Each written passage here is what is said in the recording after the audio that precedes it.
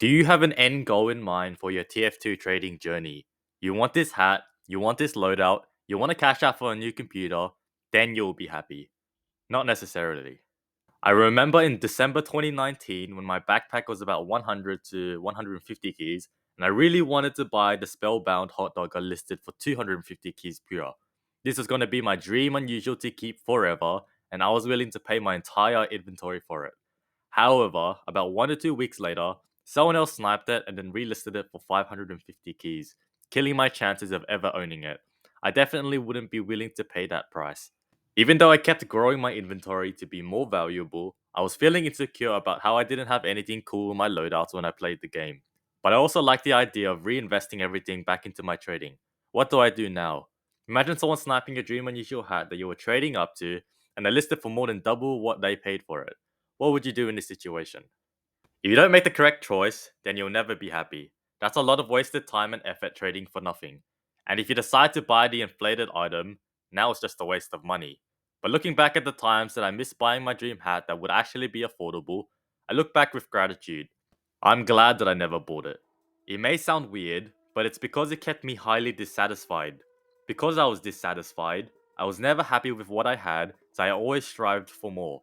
I didn't care that I had a large inventory listed on Marketplace and a default loadout in-game. I had a large inventory in the first place. I kept reinvesting and it just grew and grew to where I am today.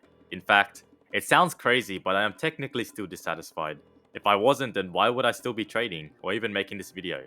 Imagine destroying complacency, always getting better at what you want, and having that killer mindset to skyrocket your success in trading. This is the most common characteristics of wealthy people, think about it. They have millions, or even billions, yet they are still working 12 hours a day for more. I'm going to explain why you should never ever get complacent, especially as a TF2 trader. Number 1, profit stop. The moment you purchase an item for keeps at full price, that's money that is not working for you to profit. I'm guessing that if you're watching this video, you want to get better at trading in order to make profit. This is likely why you can't afford to enjoy the fruits of your labor yet, as halting your stock count will limit the compounding effect of asymmetrical wealth gains. Take for instance that you had a $500 inventory entirely for trading purposes at the start of this year, and assuming you grow by 20% each month, you'll end up with an outstanding $4,500 inventory approximately by the end of the year. That is a very realistic scenario when you can stay consistent in buying items for a discount, then reselling for full price over a long period of time. However, let's assume this time you still have a $500 inventory, but half of your inventory is intended for enhancing your loadouts when you play Team Fortress 2. Now you have a remaining $250 left as play money to trade with. And assuming the same 20% growth each month, you'll end up with almost $2,250. Still pretty decent, but it could have been doubled if you sacrificed the satisfaction of some cool loadouts for a year. This compounding effect can be even stronger if you invest your own money as well. Using the same example as before, what if we added another $500 on top of what we already had? Now we have $1,000 to work with, which we are also more likely to develop our experience better as we are working with more items. With the same formula, we end up with almost $9,000. Now that is a seriously impressive inventory that could probably change your life in just 1 year. Number 2, system over goals. The following points are inspired by James Clear, the author of Atomic Habits. Everyone tells us that the best way to achieve what we want in life, whether it be getting into better shape, making more money, being stress-free, is to set specific actionable goals. For many aspects of my life, including TF2 trading, this is how I approach my habits as well. Each one was a goal to be reached, such as getting good grades in school, getting into shape, buying a cool loadout in TF2. I succeeded at a few, but I failed at a lot of them. Eventually, I began to realize that my results had very little to do with the goals I set and nearly everything to do with the systems I followed. As a TF2 trader, your goal might be to achieve a 1000 key inventory. Your system is looking for deals to buy, listing your items, setting up a trading bot. Now for the interesting question, if you completely ignored all your goals and focused only on the system, would you still succeed? For example, if you're a basketball coach and you ignored your goal to win a championship and only focused on what your team does at practice each day, would you still get results? I think you would. The goal in any sport is to finish with the best score, but it would be ridiculous to spend the whole game staring at the scoreboard. The only way to actually win is to get better each day. If you want better results, then forget about setting goals, focus on your system instead. What do I mean by this? Are goals completely useless? Of course not. Goals are good for setting a direction, but systems are best for making progress. A handful of problems arise when you spend too much time thinking about your goals and not enough time designing your systems. The first problem is that winners and losers have the same goals. Goal setting suffers from a serious case of survivorship bias. We concentrate on the people who end up winning, the survivors, and mistakenly assume that ambitious goals led to their success, while overlooking all of the people who had the same objective but didn't succeed. Every Olympian wants to win a gold medal. Every candidate wants to get the job. And if successful and unsuccessful people share the same goals, then the goal cannot be what differentiates the winners from the losers. It's the exact same in TF2. Every TF2 trader shares the same goal of making profit. But we have 99% of people who complain about everything in the economy and give up. And then we have 1% of people who are insane enough to do the boring work every day for years to build up their massive inventories. Number 3, reinvest. If you ever worked with compound interest, you know that you can't touch your money or else the magic of asymmetric returns won't show. You can't remove from the principal or else your bonus of, let's say, 5% will drop down to 2%, therefore making you less money in the long run. In TF2 trading, it's sort of similar, and it's similar to my first point of profit stop.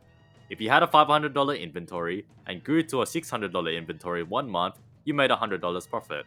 You should reinvest that whole profit into your inventory so that you have more items to sell at a time, helping you net more profit the next month. It sounds pretty obvious, but far too often do I see fellow traders either buying too many items they like for keeps, completely cashing out abruptly, or trying to invest in an unusual that they think will go up in price, which causes their profit source, the most important thing you literally started trading for, halt.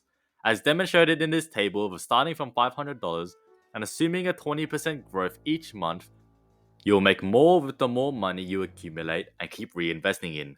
Of course, it can't go on forever, but you can definitely make some serious gains being extra patient and hardworking than your fellow traders.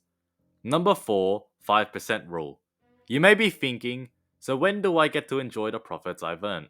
I believe that in the early stages of trading, you have to really make the sacrifices to achieve your goals. You can't even really buy anything nice at sub 100 keys, but those 100 keys are so important right now in the trajectory of where you could be 1 year from now. Think about it like an airplane leaving from Sydney, Australia, going to the United States in Washington, D.C. If you decided to change the angle of your flight at the start by just 10 degrees, kind of like spending 10 out of your 100 keys for enjoyment too early, you'll end up in Florida or even further away. But in the late stages of trading, i.e., you steered your airplane 10 hours into the flight, you'll still be very close to landing in Washington, D.C. My suggestion is that starting from 1000 keys, you can allow yourself to spend 5% of your profits on whatever you like, whether that be a cool hat for keeps, cashing out a little bit for whatever reason, or playing MVM. It doesn't really matter at this point as you've established a strong foundation for your trading and it doesn't really impact your future. So if you had 1000 keys and made 200 keys profit the following month, feel free to spend up to 10 keys on whatever you like. It may seem like a bit insignificant now, but over time you can build a really big inventory that you can decide to sell later anyway. There may be a time that you really want to spend more money, and that's okay. Just try to follow the 5% rule as best as you can, and never try to go overboard if you go off course. If you really want to buy something nice and expensive, make sure that money does not come from your trading play money, but instead a source of disposable income that will not impact your financial situation right now or in the near future. Number 5, you'll never be happy. The implicit assumption behind any goal is this: once I reach my goal, then I'll be happy. The problem with the goals first mentality is that you're continually putting happiness off until the next milestone. I've slipped into this trap so many times I've lost count. For years, happiness was always something for my future self to enjoy. I promised myself that once I gained 20 pounds of muscle, or after I achieved a $10,000 TF2 inventory, then I could finally relax. Furthermore, goals create an either-or conflict. Either you achieve your goal and are successful, or you fail and you are a disappointment. You mentally box yourself into a narrow version of happiness. This is misguided. It is unlikely that your actual path through life will match the exact journey you had in mind when you set out. It makes no sense to restrict your satisfaction to one scenario when there are many paths to success. A systems first mentality provides the antidote. When you fall in love with the process rather than the product, you don't have to wait to give yourself permission to be happy.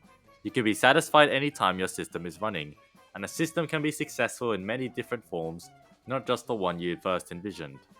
Finally, a goal oriented mindset can create a yo yo effect. Many runners work hard for months, but as soon as they cross the finish line, they stop training. The race is no longer there to motivate them. When all of your hard work is focused on a particular goal, what is left to push you forward after you achieve it? This is why many people find themselves reverting to their old habits after accomplishing a goal. The purpose of setting goals is to win the game. The purpose of building systems is to continue playing the game. True long term thinking is goalless thinking. It's not about any single accomplishment, it is about the cycle of endless refinement and continuous improvement. Ultimately, it is your commitment to the process that will determine your progress. And that is it for today's video. If you found this video helpful or inspiring, don't forget to like, subscribe, and hit the notification bell for more TF2 trading tips and insights. Share your own experiences and tips in the comments below. Happy trading, everyone. And remember, do not ever get complacent.